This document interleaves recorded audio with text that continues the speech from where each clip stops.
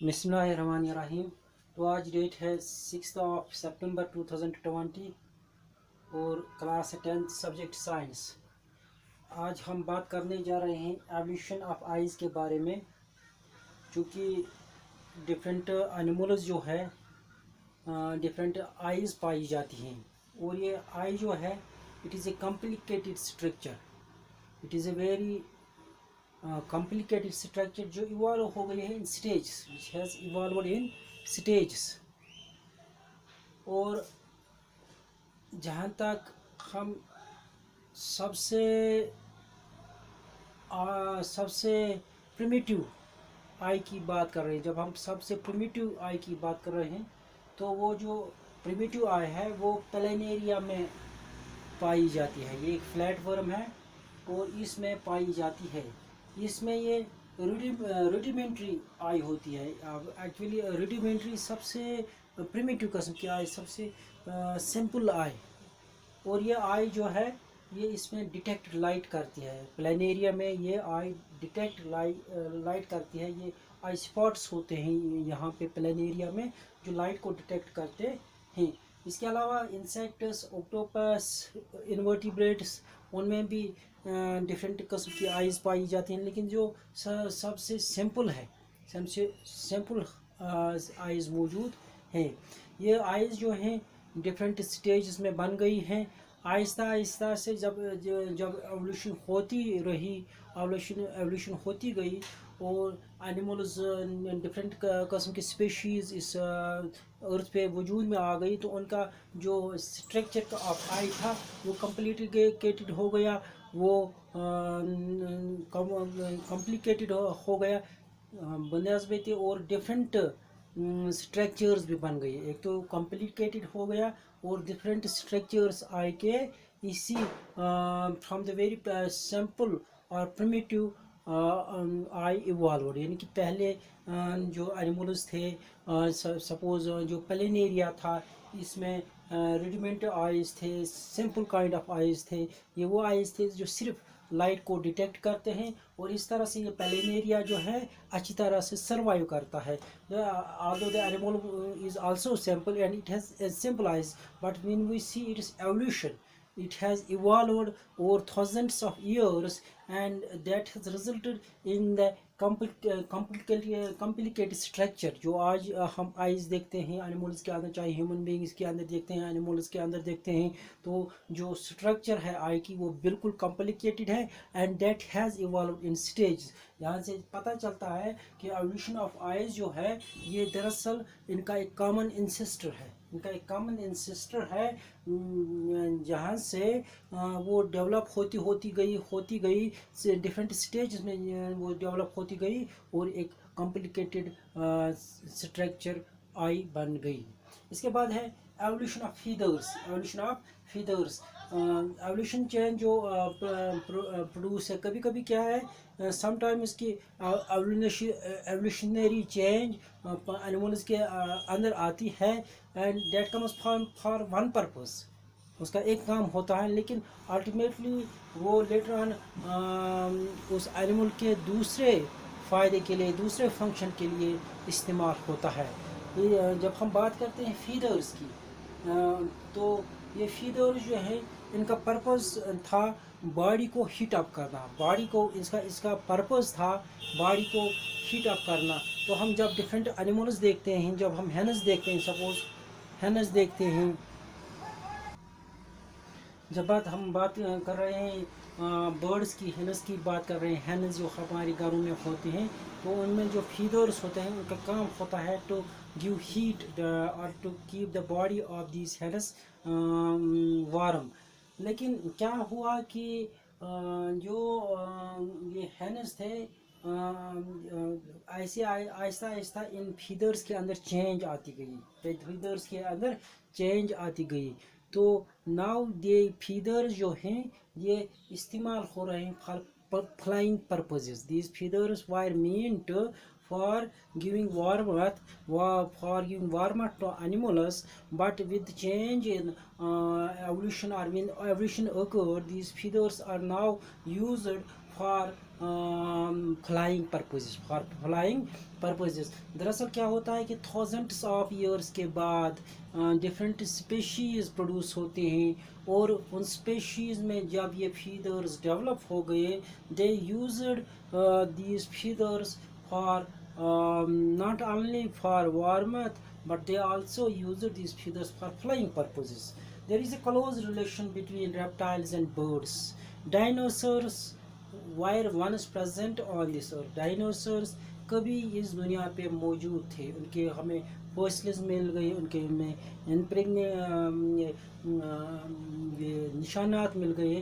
तो वहाँ से हमें पता चलता है कि डायनासोर्स कभी यहाँ पे मौजूद थे। और बर्ड्स को एक क्लोज रिलेशन है रेप्टाइल्स के साथ। तो बिकॉज ऑफ बर्ड्स को क्लोज रिलेशन है विथ रेप्टाइल्स। तो डायनासोर्स जो हैं उनको फीदर्स थे, but those feathers were not used by dinosaurs for flying purposes. They were not used by. तो डायनासोर्स यहाँ पे मौजूद थे कभी, तो उनको उनके पास फीदर्स थे, but those feathers were not being used by these dinosaurs for flying purposes. इसके बाद क्या हुआ कि जब बर्ड्स वजूद में आ गए तो बर्ड्स को भी फीदर्स हैं, and birds use these feathers for flying purposes. जो बर्ड्स होते हैं उनके पास जो फीदर्स होते हैं, they are being used by these birds for flying purposes. तो चूँकि जो डायनासोर्स जो थे वो एक दरअसल रेप्टाइल्स थे। So this dinosaur was a connecting link between birds and reptiles, between birds and reptiles. So dinosaur were as actually a reptile which had feathers, and those feathers were not in a condition which should have been used by the dinosaurs for flying purposes. But with evolution in their structure, with evolution in their in these species, a new species came into existence, that is birds. These birds now use the same feathers, because these feathers have also evolved. They have their how evolution takes place, different changes come into the structures, and these feathers are now used by the birds for flying purposes. These feathers were not used by dinosaurs for flying purposes. So dinosaurs is a connecting link between birds and reptiles, between birds and reptiles. And after this we will discuss evolution by artificial selection. Evolution by artificial selection. In artificial selection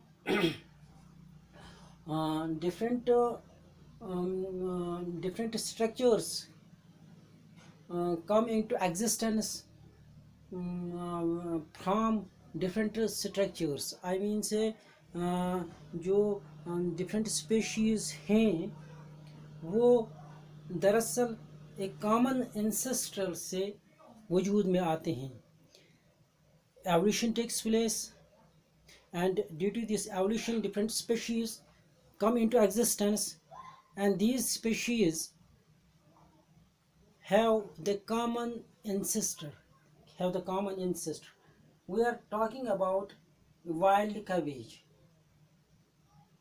इनका जब हम wild cabbage की बात कर रहे हैं तो इस वाइल्ड कैबेज में आर्टिफिशियल पर्पस, आर्टिफिशियल सिलेक्शन के थ्रू इन वाइल्ड कैबेज को एवोल्यूशन में लाया गया, यानी कि इनकी एवोल्यूशन हो गई और डिफरेंट कैबेजेस हमारे पास इस वक्त मौजूद हैं.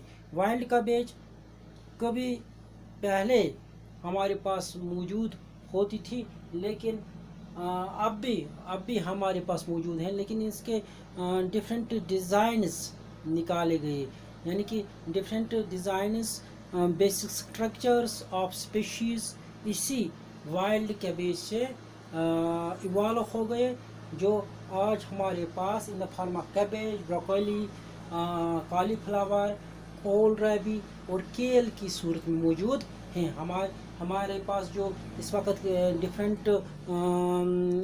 डिफरेंट स्ट्रक्चर्स ऑफ कैबेज मौजूद है, वो है कैबेज जो बाज़ारों में मौजूद होती है। इसका एक और कस्म हमारे पास वैरायटी मौजूद है, दैट इज़ ब्रोकोली। और इसके बाद है एक और, दैट इज़ कालीफ्लावर। इसके बाद है कोल्ड रैबी एंड केल। These are the different structures which have evolved from wild cabbage, although this has been carried out by artificial selection. This has been carried out by artificial artificial selection. Very dissimilar looking structures can evolve from a common ancestral body design. Can evolve from a common ancestral body design. इसका मतलब हुआ कि मुख्तलिफ किस्म की structures जो बिल्कुल एक दूसरे से अलग दिखती हों, हम उनको इवॉल्व कर सकते हैं एक कॉमन एंसेस्ट्रल बॉडी डिज़ाइन से, एक कॉमन स्ट्रक्चर से, एक कॉमन डिज़ाइन से हम उनको हासिल कर सकते हैं। और ये हासिल किस तरह कर सकते हैं? जब वो उनमें एवोल्यूशन हो जाएगी। तो हमारे पास कैबेज जो है, इसमें हम आर्टिफिशियल सिलेक्शन करके वाइल्ड कैबेज से डिफरेंट कैबेजेस हासिल कर सकते हैं। तो इनका इंसेस्टर जो है that is the same, that is wild cabbage, but we are getting different cabbages in our market today. आज की दुनिया में हमारे पास बहुत सारे किस्म की कैबेजेस हैं जिनको हमने वाइल्ड कैबेज से डेवलप किया हुआ है। बात कर रहे हैं हम पहले कैबेज की। जो कैबेज है इसमें क्या, वाइल्ड कैबेज में एक वाइल्ड फार्मर्स चाहते थे कि जो लीव्स, जो वाइल्ड कैबेज है उनके लीव्स बहुत दूर दूर तक फैले हुए होते हैं। फार्मर्स चाहते थे कि हमें वो कैबेज मिले जिसमें लीव्स की जो डिस्टेंस है बिल्कुल कम हो, बिल्कुल क्लोजली वो रिलेटेड हो, एक दूसरे के ऊपर ये लीव्स आए। तो जब इनमें इनको डेवलप किया गया तो हमारे पास कैबेज, हमारे पास जो हमारे मार्केट में कैबेज मौजूद है वो डेवलप हो गई, वो एवोल्यूशन हो गया। इसके बाद ये चाहा गया कि अब डिफरेंट किस्म की हमें कैबेज मिल जाए। तो क्या किया गया, जो वाइल्ड कैबेज है इसकी अरेस्टेड फ्लावर डेवलपमेंट यानी कि फ्लावर जब प्रोड्यूस हो गया, वाइल्ड कैबेज ने प्रोड्यूस किया, तो इसकी ग्रोथ को अरेस्ट किया गया, इसको ज़्यादा उगने नहीं दिया गया। It was not allowed to grow much more और to develop into another kind of cabbage और to develop into the leaves. Here it was arrested. It was, इसकी जो ग्रोथ है, इसकी फ्लावर की ग्रोथ जो है वो अरेस्ट की गई। And due to the arrested flower development और growth of the wild cabbage, it developed into another kind of cabbage that is called broccoli.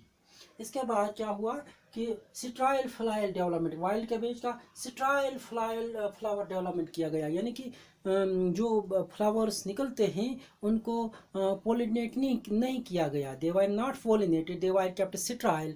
वो ऐसे ही स्ट्राइल किए रखे गए, उनको डेवलप किया गया और हमारे पास आ गया कालीफ्लावर। तो कैबेज से कालीफ्लावर। इसके बाद क्या हुआ कि वाइल्ड कैबेज का सिवालन पार्ट डेवलप किया गया। सिवालन जो इनफ्लेम हुआ होगा, फ्लेम हुआ होगा, सिवालन पार्ट जैसे कि रेडिश होता है, बाकी चीज़ें होती हैं, बाकी हमारे पास जिनका कुछ पार्ट सिवाल हो जाता है, सिवालन पार्ट इस कैबेज का डेवलप किया गया एंड दैट डेवलप्ड इनटू खोल